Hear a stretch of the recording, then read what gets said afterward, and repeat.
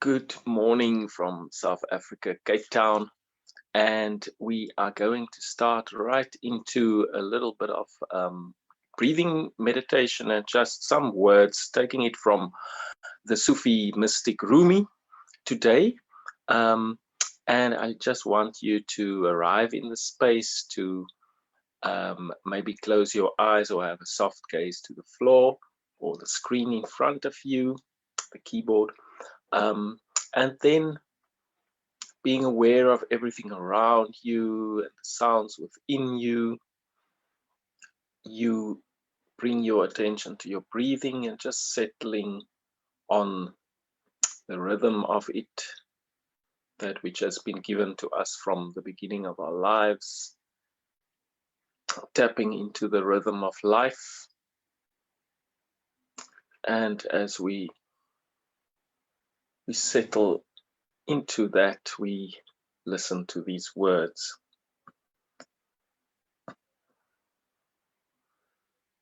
Today, like every day, we may have woken up empty and frightened. But don't open the door to the study and begin reading. No, take down a musical instrument. Let the beauty we love be what we do. Let the beauty we love be what we do.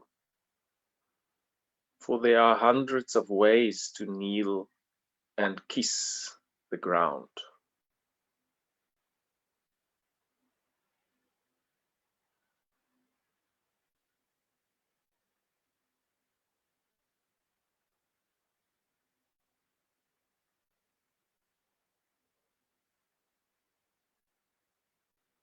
Thank you.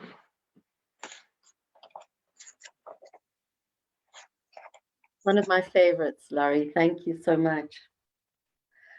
Good morning. I'm Reverend Berry Burr, and it is my joy to share with you a very brief 30 minutes every day this week of 7 days of rest and sacred renewal. So this is part of a global observance of mindfulness, which is now in its 5th year. 7 Days of Rest is an open, co-creative event inviting individuals and groups around the world to initiate and join local and online events for the healing and thriving of Earth and all of her inhabitants. Every day there's a different theme, and today we focus on the theme of nourishing within the context of rest and sacred renewal. My guest today is Rev Laurie Gaum. He studied theology and religion at the universities of Stellenbosch and Cape Town and at the Hartford International University for Religion and Peace in Connecticut, USA. He is Dutch Reformed trained and ministered to a couple of congregations around Cape Town. He worked for more than a decade with the Center for Christian Spirituality, established under the auspices of Desmond Tutu, the late Archbishop Emeritus Desmond Tutu. Laurie was focusing on contemplative spirituality and action for social change. He currently facilitates workshops with the nonprofit organization GenderWorks in gender equity and reconciliation and human sexuality. Laurie is a board member of Cape Town Interfaith Initiative, and he is a queer activist. Welcome, Laurie, and thank you for that beautiful introduction. Thank you, very wonderful to be here. So today we're going to be discussing nourishing, and I'm very curious. So first of all, let's learn a little bit more about you. And can you tell me just a little bit about how you came into the LGBTQI ministry and how that is for you? Yeah, so just a little bit about my story, having followed in my dad's footsteps, really training in Dutch Reformed ministry, as you mentioned. My first congregation was, however, in a Presbyterian church in Gugulethu, one of the black townships of Cape Town. And it was a privilege to be exposed really to the greatest South African reality in the mid-90s, from the mid-90s onward, since South Africa was just awaking from its apartheid sleep, and as a white Afrikaner, it was important to experience this firsthand. And even in my studies already at Stellenbosch University, I began studying the first year when women was for the first time allowed into ordained ministry in the Dutch Reformed Church. And I experienced alongside my women colleagues the pain that they sometimes experienced because of exclusion and people still not coming to terms with having them in their midst as equals. But then also I had to step a little bit into my own struggle and my own truth of being a gay man, and coming to terms, bringing that to terms with my faith, as well as my ministry in the Dutch Reformed Church. So when I was in my second congregation in Cape Town, in a city, in a church that was originally for freed slaves and people forcibly removed from District 6, I was in a life partnership with my first partner, really. And yes, under really quite tragic circumstances and traumatic circumstances, I was outed quite publicly to the broader society, and that forced me to come to terms and to integrate, which was always an important journey for me. One can't hide part of yourself, such an intrinsically important part of yourself, as sexuality, and that actually put me into the limelight, and also brought this ministry to me, which is a real privilege, but sometimes a challenge as well, because there's still a lot of judgmentalism in church circles and in society. Sorry, there is indeed. It's an incredibly brave path, and I actually feel quite emotional listening to you speaking about it. But I also, given that we live in such a divided world where judgments and opinions abound, and you are often ministering in an area where those judgments may be even more pronounced than in the secular environment. So how do you nourish yourself? How do you hold your resilience and keep yourself strong? Yeah, that is the continuing challenge, I think. Doing some different things, like physical things. Swimming is one of my wonderful exercises, which I enjoy a lot. And so I go to the gym, I go to the sea when I can, the tidal pool here nearby me, and I see swimming really as a kind of a meditative exercise, because of the silence of the water, and the repetitive movement that one actually does. So that's really a very embodied, practical kind of a thing which I do along with walking at the sea. I do feel that the water has got this cleansing energy for me, and also the walking movement is a wonderful way to get in sync with some other things, and it's really a spiritual experience for me too. There's a beautiful poem, I think, by Mary Oliver that speaks about, she says, "Never in my life had I felt myself so near that porous line where my own body was done with, and the roots and the stems and the flowers began."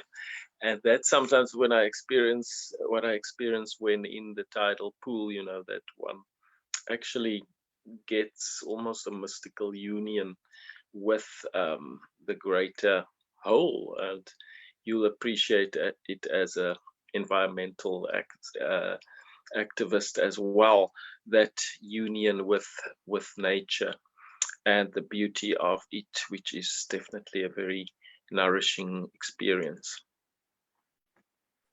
Yes, indeed. And as you're speaking, first of all, I love Mary Oliver's poetry. So thank you so much for bringing that piece to us. But also just the experience of, I think, really falling out of love with ourselves as individuals, as a friend of mine recently said, and more in love with ourselves as part of and inseparable from the rest of creation. And to me, that sounds like what you're describing when you're swimming and you're feeling the water coursing around you. And it's almost as if it flows through you as well, isn't it? In a very cleansing, refreshing and nourishing way. Yes, yes. No, beautifully said. I think becoming part of the greater whole, in the sense of, also the communal, so that being part of a community, and different communities maybe, but then also a community with the earth, so that there's not as much separation, but rather the opposite, that we are part of the whole and integrated into it. Absolutely. I'm really resonating with that. Thanks, Laurie. But Laurie, we also are in a specific time of year, and I'm wondering what this time of year means to you, and whether there is something special for you in observing the closing of the old year and the rebirthing of the new year, and how you come into that with more refreshment. Is that a spiritual moment for you, or is that more of a secular experience? Yes, I still have the privilege this coming week to be with my family. We're going away to a seaside town to have time out, which I do think is really important. I do feel more invigorated and rejuvenated if one has had some real time off, and to also reconnect with the creative in yourself. If you spend time on something different, which is just not the usual slog of work and so on, it sometimes brings re-energization. So just being able to take time out deliberately and do that, I think is quite important for me. And so I'm looking forward to be able to still do that. Well, that's great. How much longer do you have? When do you go back to work, as it were? Yeah, it's basically just a week, but it is a week at least. It is a week. Yes, exactly. It is a week, and what a blessing that is. Laurie, you've chosen a piece of music that we're going to play now. Would you like to tell us a little bit about this music and why you've chosen it? Yeah, so it comes from a collective friend of ours, Barry. It's Nick Payton, who's a very gifted man on many levels, but he has produced this 6 or 7 spiritual songs album recently published, I think a month or so ago, and this specific piece is called All Verdant Greening. And it is really special. The words also, I hope people will just listen to it and appreciate the beauty. Thank you so much.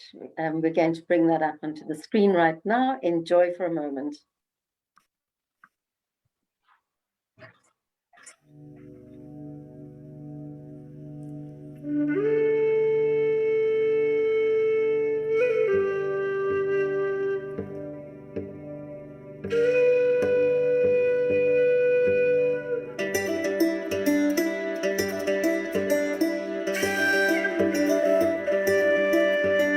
The one is living being, spirit.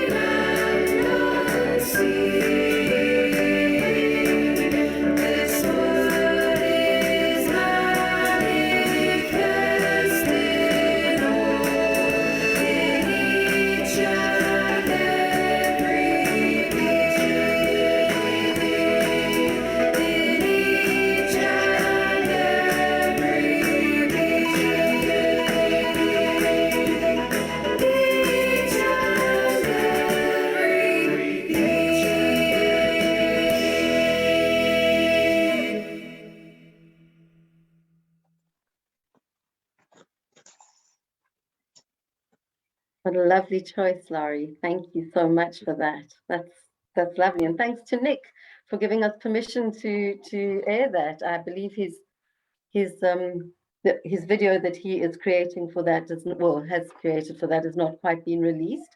So we improvised, but the music itself is absolutely exquisite. Thank you. So Laurie, just to get back to our conversation, tell me a little bit about the hopes and the dreams that you have for 2022 as a minister and a queer activist. Yeah, so I also want to be quite honest that there is this little bit of a lingering fear at the back of my mind, which I think, maybe a lot of us carries with us from the previous 2 years, which was so anxiety ridden to some degree. And I think, it was interesting. A Buddhist friend of mine reminded me the other day that the fear and anxiety that we feel actually helps us to tap into that which the world is experiencing, and the lot that is up in our society, in South African society, but also on a global scale, the environmental crisis we are facing, and so much that can feel overwhelming. But I think I want to continue addressing exactly these challenges that we face. We're invited into it. I'm invited into it because I feel it in my own experience, which is part of which connects me to a global experience, and then continue working towards a gender-healed society, as we call it, that we keep that vision before us, that things can be different, and especially in South Africa too, where our president also called gender-based violence the second pandemic. There's obviously a lot to face, and we have to invite people into conversations, difficult conversations perhaps, but that can be very healing conversations, where they step into their own stories, own it, and get words to express it, and then also listen firsthand to the experiences of others. We find this safe spaces that we create very lovely spaces that helps people to shift towards healing too. So obviously, I have a society in mind where homo and transphobia are eradicated. So continue building that in this year, and using the stepping stones of this year to come closer to what we envision and what we really yearn for in our society.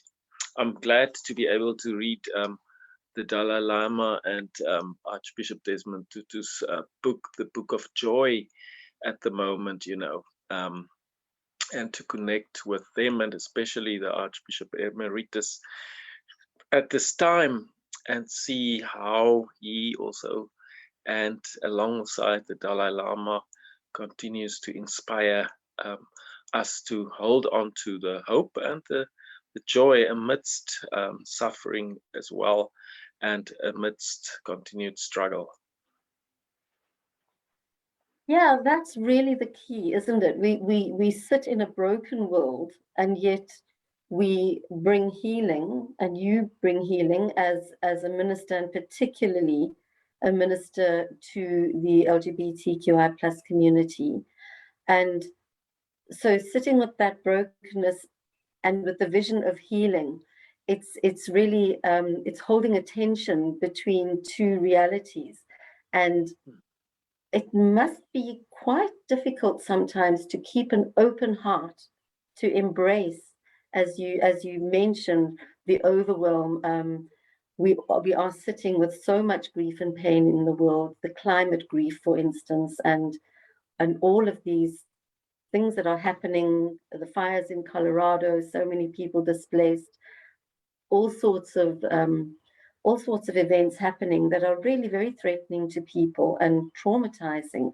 And yet, how do we maintain an open heart and maintain the access to the joy and the technology of celebration that helps us to transcend all of that? Yes, that is the big challenge, I think, and that is what there are examples of people holding the activism that is asked of us, alongside a nourished spirit and ability to access nourishing moments, where you connect with yourself, I think, with others, and which shows you that there's something different from only the harshness, as we're trying to create places where we can really, also lower our guards, and just be authentically human, and yes, connect with others in the process. So, but the self-care to look after yourself in the process, I think, is very important, and also to have healthy boundaries, where where there is spaces and time out, amidst all this that calls for our attention. Yes, indeed. And I always remember the late Archbishop Desmond Tutu speaking about the importance of his sacred practice to him. He performed the Eucharist, I think, daily, and his sacred practice, his own personal practice of realigning every day, was paramount to him in his life. And that's really a beautiful and very powerful message to us, I feel, to all of us. Yes. Yeah, so we take all of these lessons forward, and we're grateful for all of the lessons, and we pray that they will in fact bloom into wonderful manifestations of the kind of world that we're actually looking for. So Laurie, I want to just thank you for the amazing work that you're doing, and interesting that you're working with gender issues. And my guest tomorrow will be Bishop Yvette Moses of the Methodist Church, who also has a specific interest in GBV. So that's going to be an interesting conversation as well. So I'm looking forward to that as well. But in the meantime, we only have a couple of minutes left, and I would like to invite you to share with us perhaps a poem or a prayer that you would like to leave us with. Thank you, Barry, for the opportunity too. And I send us out with these words from Janet Morley, also praying once again. Spirit of comfort and longing, enfold my fear, unclothe me of my pride, unweave my thoughts, uncomplicate my heart, and give me surrender, that I may tell my wounds, lay down my work, and greet the day.